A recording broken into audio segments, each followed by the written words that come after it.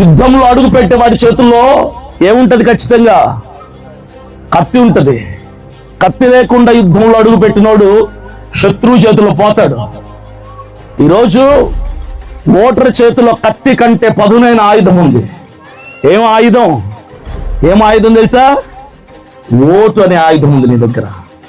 ఈ ఓటు అనే ఆయుధాన్ని సరిగ్గా వాడితే శత్రువు చేస్తాడు, మడిచి లోపల పెట్టుకుంటే నువ్వు పోతావు. ప్రతి ఎన్నికల్లో జరుగుతుంది ఏంటో తెలుసా?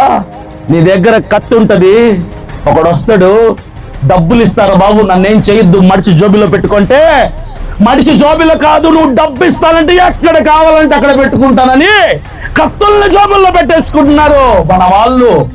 డబ్బు తీసుకోవడం, ఓట్ వేయటం.